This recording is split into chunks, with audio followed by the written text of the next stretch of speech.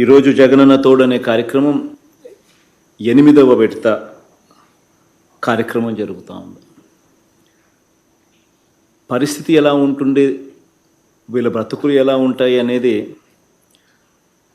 మనమంతా కూడా మన కళ్ళ ఎదుటే కనిపిస్తూ ఉన్నా కూడా ఎప్పుడూ కూడా వాళ్ళ బ్రతుకులు ఎలా మార్చాలి, వాళ్ళ బ్రతుకులు ఇలానే ఎందుకున్నాయి, వీళ్ళకి డబ్బులు పుట్టాలి, వ్యాపారాలు చేసుకోవాలి అని అంటే వీళ్ళు పడతా ఉన్న కష్టాలు ఏమిటి అని బహుశా ఎప్పుడూ కూడా ఎవరు కూడా ఇంత ఆలోచన పెట్టి ఇంత మనసు పెట్టి బహుశా ఎప్పుడూ కూడా నిర్ణయాలు తీసుకోలేదేమో. కానీ నా కళ్ళ ఎదుట ఇది కనిపించినప్పుడు దాదాపుగా బహుశా నా పాదయాత్ర వల్ల జరిగిన పరిస్థితులు కానివ్వండి, ప్రతి జిల్లాలోనూ కూడా ఇది కనిపించేది.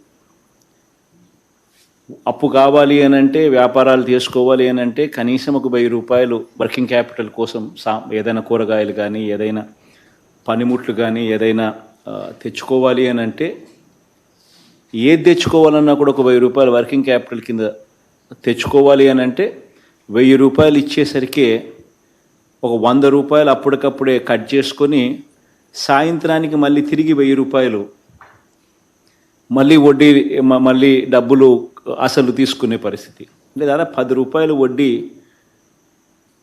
వీళ్ళు కట్టి ఆ డబ్బులు తీసుకుంటే తప్పనిచ్చి వీళ్ళు బతుకులు ముందుకు సాగని పరిస్థితి. ఇలాంటి పరిస్థితి చాలా సంవత్సరాలుగా దశాబ్దాలుగా కూడా కనిపిస్తూ ఉన్నా కూడా ఎవరు కూడా దీనికి ఒక సొల్యూషన్ చూపాలి అని చెప్పి ఏ పొద్దు కూడా అడుగులు పడల. కానీ మన ప్రభుత్వం గర్వంగా కూడా చెప్పే అంశం ఏమిటి అని అంటే, మన ప్రభుత్వం మాత్రం మానవత్వానికి నిజంగా మారుపేరుగానే నిలబడింది.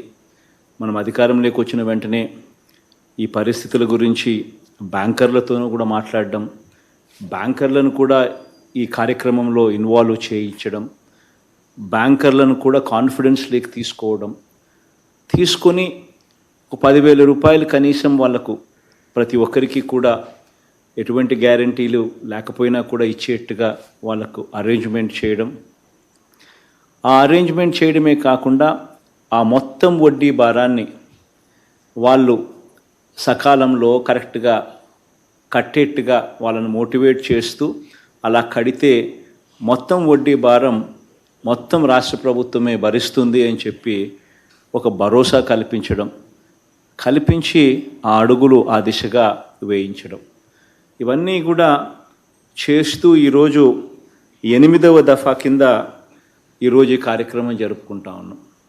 ఈరోజు ఈ జగనన్న తోడు అనే 8వ విడత కార్యక్రమంలో మరో 86,084 మంది చిరు వ్యాపారులకు ఈరోజు మరో 86 కోట్ల రూపాయలు వడ్డీ లేని రుణంగా ఈరోజు అందిస్తూ ఉన్నాం.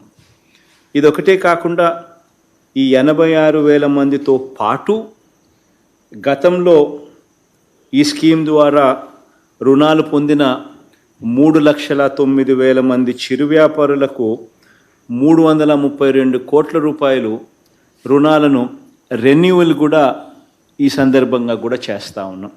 అంటే మొత్తంగా ఈరోజు ఈ కార్యక్రమం ద్వారా 418 కోట్ల రూపాయలు 3,95,000 మందికి ఈరోజు మళ్ళీ వాళ్లకు రుణాలుగా కొత్త రుణాలుగా వాళ్లకు ఈ కార్యక్రమం ద్వారా ఇస్తూ ఉన్నాం.